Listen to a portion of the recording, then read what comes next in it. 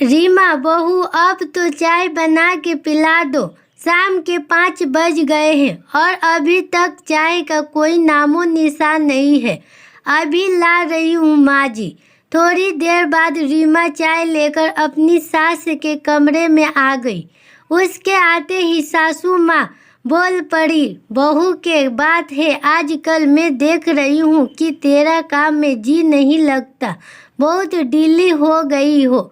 कोई बात है तो बता दे। माने नहीं मम्मी जी, ऐसी तो कोई बात नहीं है, मैं तो सारे काम समय पर ही कर देती हूँ ना बहू। मैं देख रही हूँ तकड़े भी तूने नाश्ता बनाने में कितनी देर कर दी, तब तक मैं नहा धोकर तैयार हुई, तब तक रसोई में कोई हलचल नहीं थी।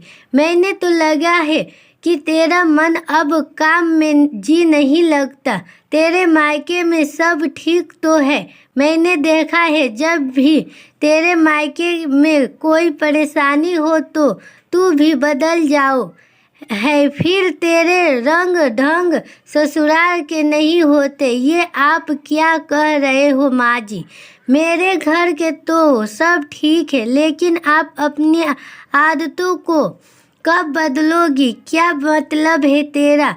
रीमा बहू, क्या कर दी मैंने? मम्मी जी 2 दिन पहले पड़ोस में क्या कह रहे थे कि मैं कोई काम नहीं करती, आपको सारे काम करने पड़ते हैं।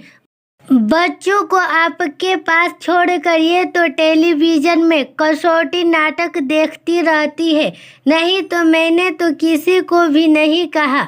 ये सब रुको, मैं अभी आई कहकर रीमा पड़ोस के घर में आई और बूढ़ी दादी को बुलाकर लाई। और आते ही दादी बोल पड़ी, क्यों रे रीमा की सासू, तू मेरी बहू से अपनी बहू की बुराई करना तो लग रही सी। मैं वही तो बैठी थी, तुमने सोचा ये बूढ़ी दादी हमारी बात ना सुन रही तो बोले जाओ। लेकिन एक बात सुन, तुम जैसी औरतें जो दूसरे के घर जाकर अपनी बहुओं की बुराई करो हो, तो जब तुम्हारी बहू को पता चल जाए कि तुम्हारी सास हमारी बुराई कर रही तो हमारी इज्जत क्यों करेगी? माना कि बहू दूसरे घर से आई है, वो तो सादा से ही पराई है, लेकिन बहू को अभी सम्मान चाहिए। यदि तुम सब ऐसे ही उसके और उसके परिवार वालों की बुराई करते रहोगी तो ये भूल जाओ कि बहू तुम्हारी लिए गर्म गर्म खाना परोसेगी या तुम्हारी इज्जत करेगी।